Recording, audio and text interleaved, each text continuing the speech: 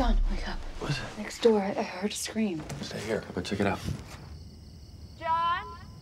Is everything all right? Oh my God, you're covered in blood. Go back inside. It's not mine. It's not. Go back inside and call an ambulance right now. Go! I like your dolls.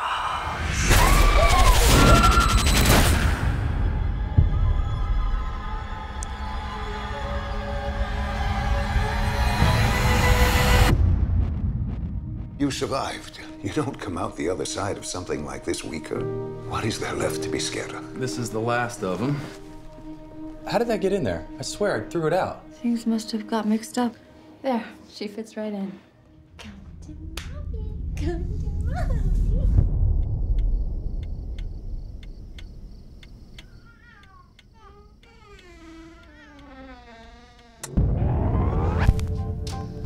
Shabam, shabam. Shabam, shabam. Shabam, shabam. Shabam, shabam.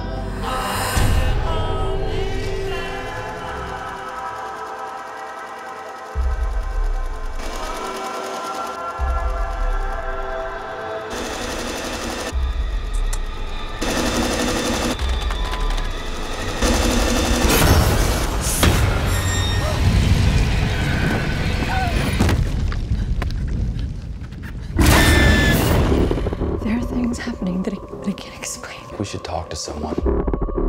I don't think what you're experiencing is a ghost.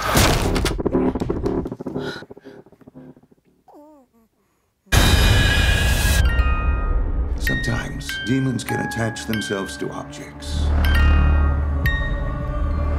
do I do? Protect your family.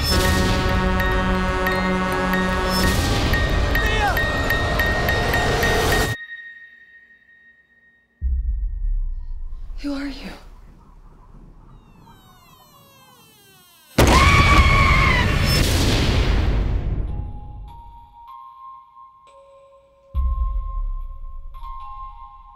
You know, I continue to be impressed with James Wan's ability to get so much out of so little.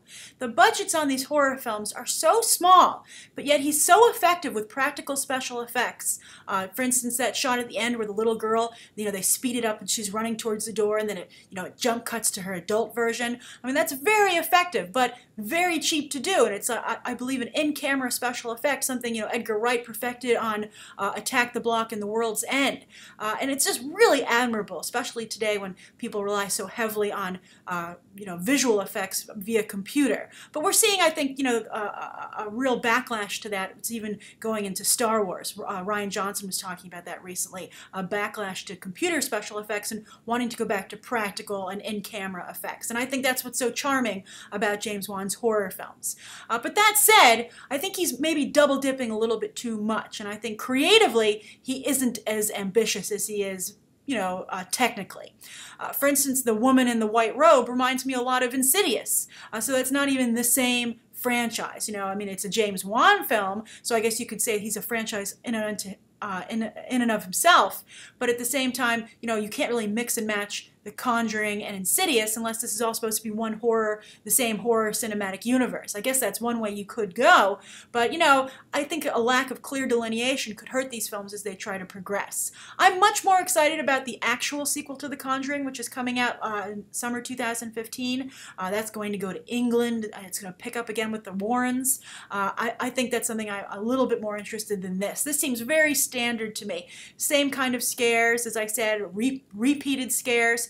And although I do have to say, I think it's funny, a lot of people I've been seeing in the comments for this trailer and the first one are like, who keeps that doll?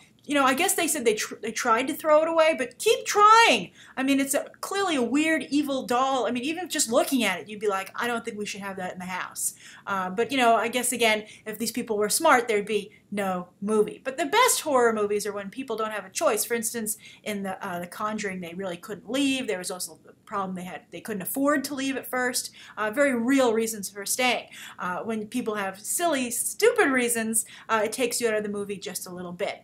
But this also reminds me a little bit of The Omen, and I think that's another thing that James Wan is very smart about, is that The Omen, The Shining. These were high-end horror films. Everybody looks great. Everyone has great outfits, costumes. They're period pieces to some degree. Well, actually, these are period pieces, and The Shining comes across as a period piece today. But really great attention to camera setups, framing, the way the sets are dressed. Everything just looks very nice. And that's something I think The Omen was one of the first really great horror films, I think, to The Exorcist to some degree, but that was more low budget. The Omen looked slick. You know, the father was, I believe, an ambassador or something, so they had a nice home. They dressed nicely. And I think that, you know, it's almost like the Hitchcock glamour aspect to these films.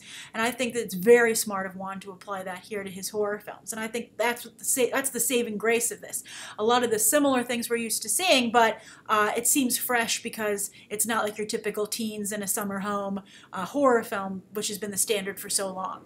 But we'll see. If James Wan is not careful and is too prolific without making enough advancements creatively, he might just oversaturate his own brand or uniqueness. But this, you know, this has a lot of heat. People are very interested in this movie based off of The Conjuring, so we'll see. I did like at the beginning when he runs out and he's like, "This isn't my blood, quick, call the police."